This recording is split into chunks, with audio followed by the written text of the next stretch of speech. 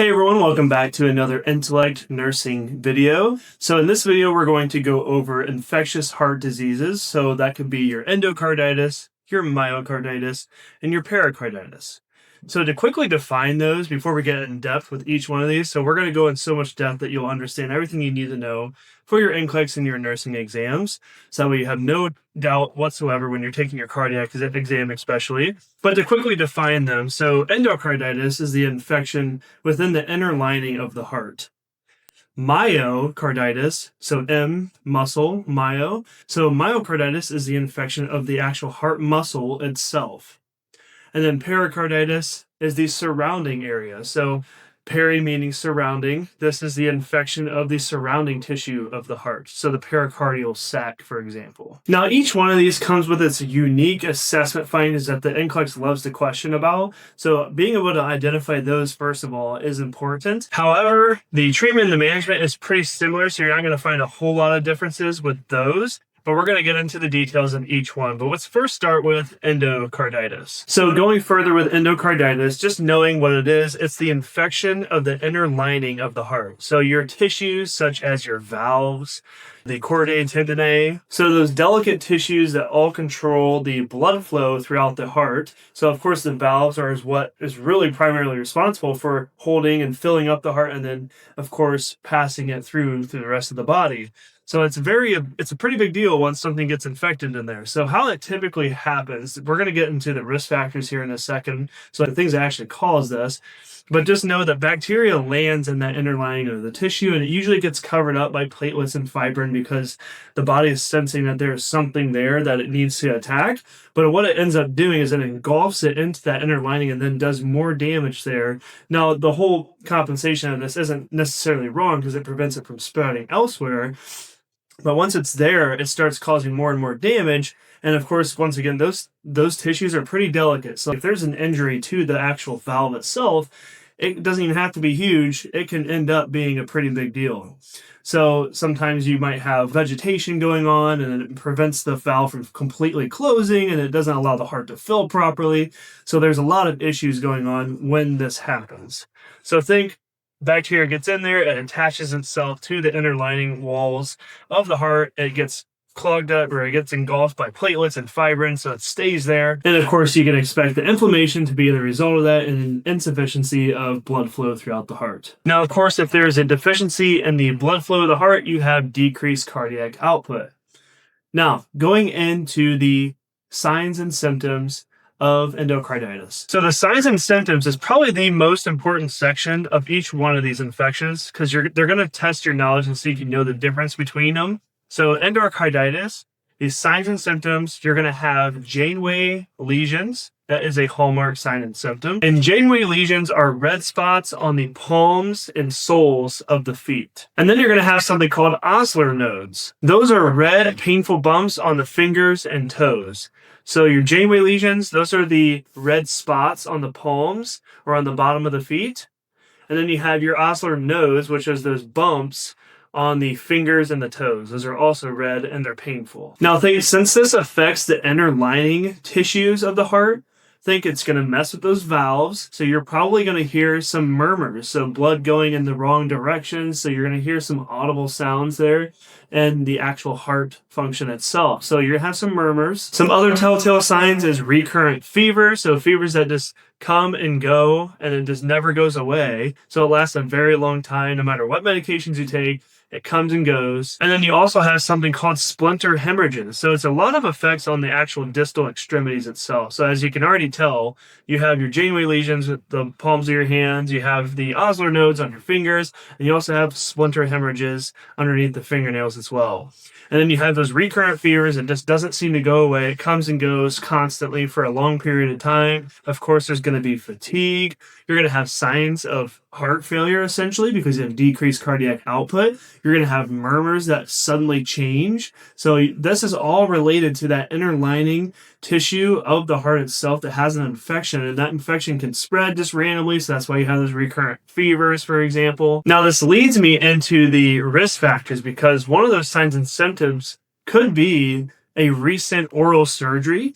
So one of those risk factors is such as pharyngitis, and that is because if pharyngitis goes untreated for a long period of time, or it sometimes could be acute, but that's usually because of a certain type of bacteria, and it's the same bacteria that causes pharyngitis, so a sore throat.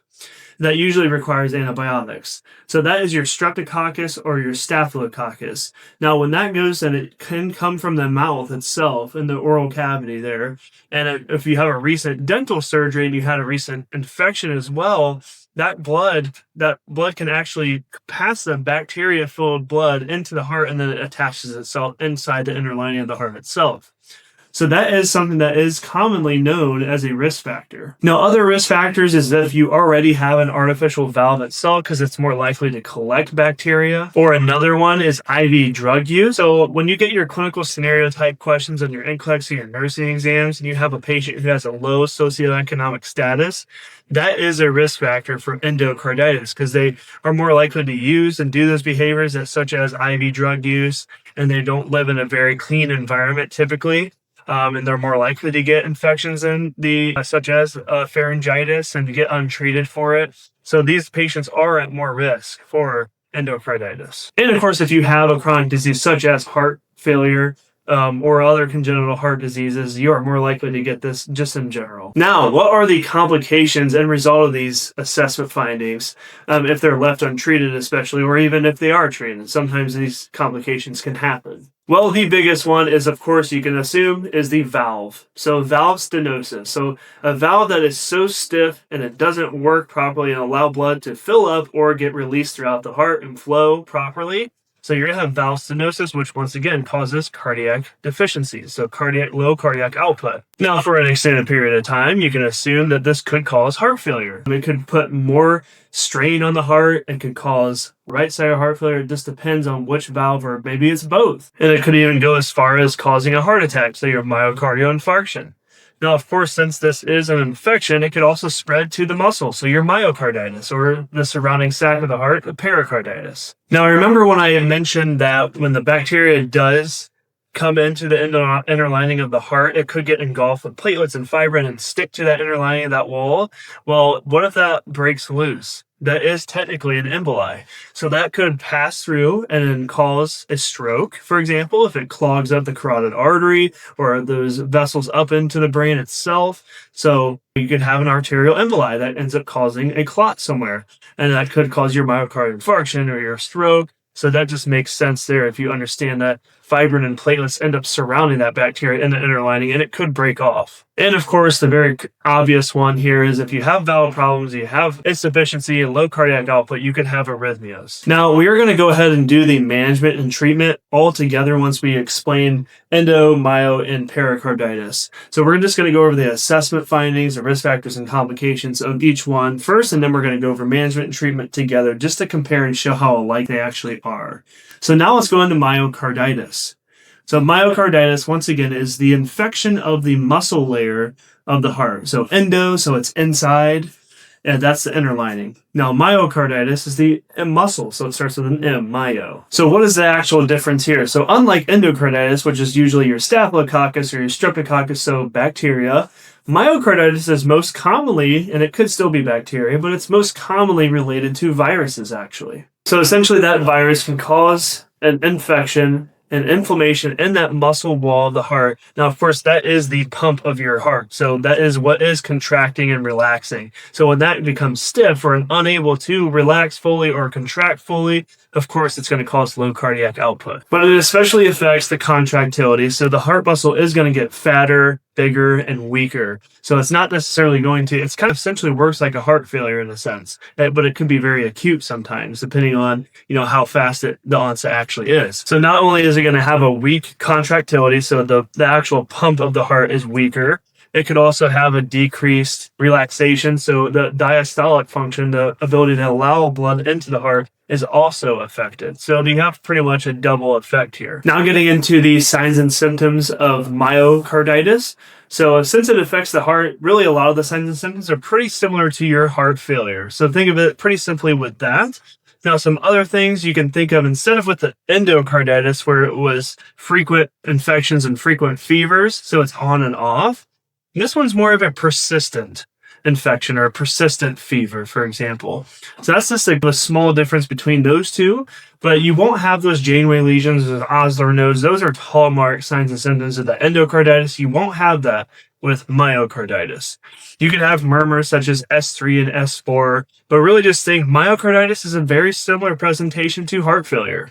Now, you may have a rash as well with myocarditis, but not nearly the same. It could be itchy, it can be bumpy, and it can be spread around the body. It doesn't have a specific location. Now, once again, with the risk factors, the most common cause is a viral infection, but chronic alcoholism is a possible risk factor. You could have patients who already have, congenital heart disease. So, of course, that puts them at risk for myocarditis. Rheumatic fever and sepsis. So those are your common causes or risk factors of myocarditis. Now, getting into the actual complications of myocarditis. Once again, very similar to your heart failure. So think decreased cardiac output, all the problems that you know about with the left side of heart failure and the right side of heart failure. If you're not familiar, make sure you guys go watch our lecture about that.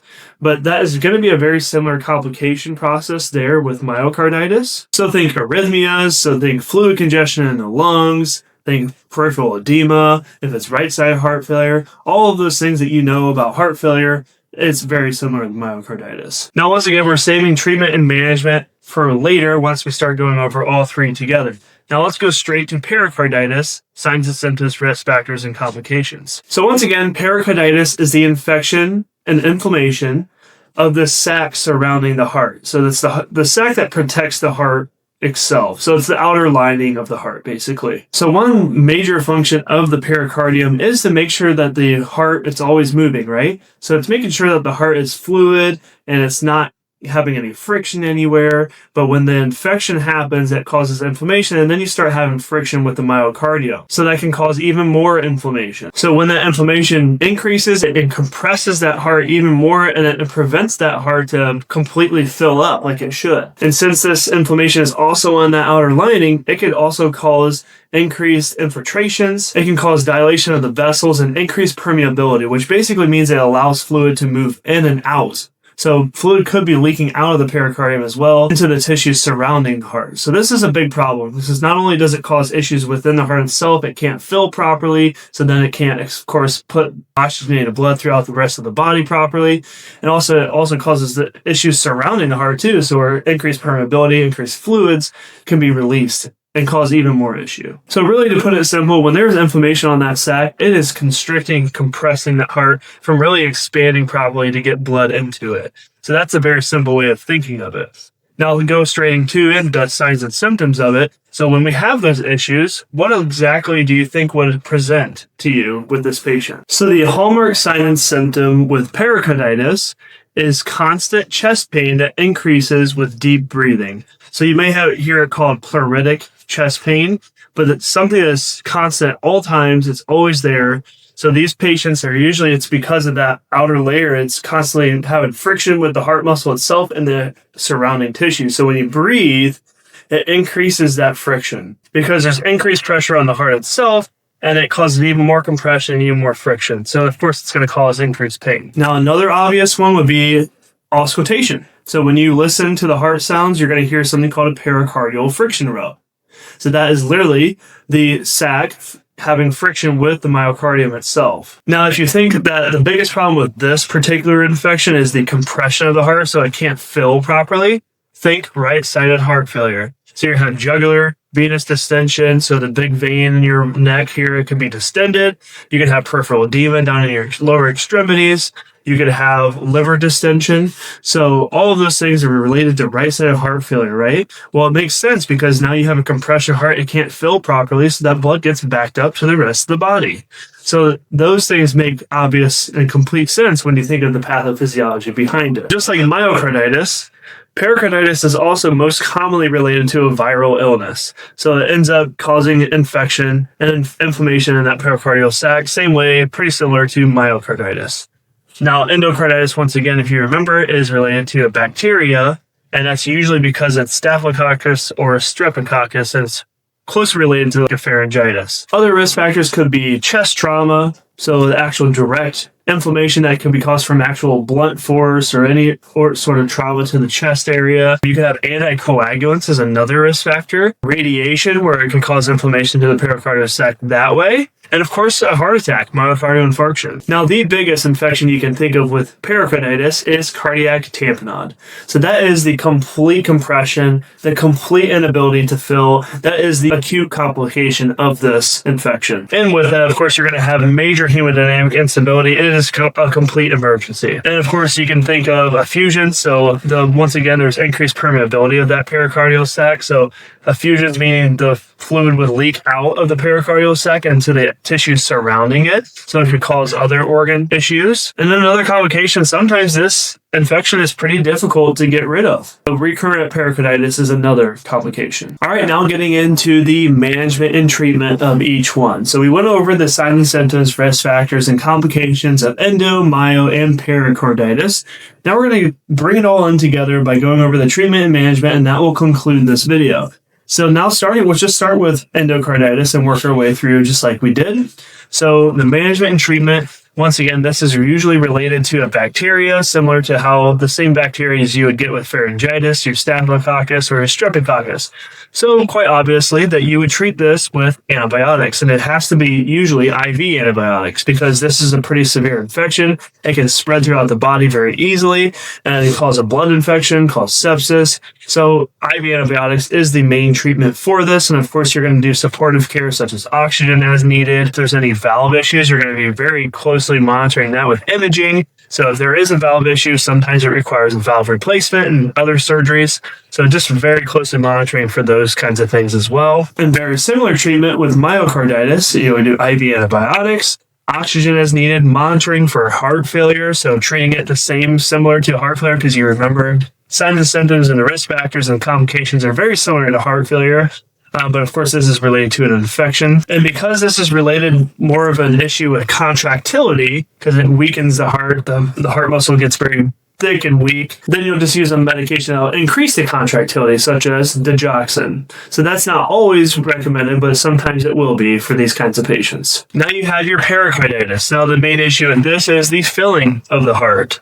So once again, if you know that the heart is getting compressed here, you probably want to work on the positioning. So if you have the patient laying flat on their back, it increases that constant chest pain that they may feel and the shortness of breath. So you want to sit them up in high Fowler's position because that relieves some of the pressure on the heart itself and decreases some of the pain and makes it easier to breathe. So the management is pretty similar here. You're going to be giving IV antibiotics, doing supportive care such as oxygen. Now you may have to do a procedure such as something called pericardial centesis, which is actually removing the fluid out of the pericardial sac to relieve that compression on the heart.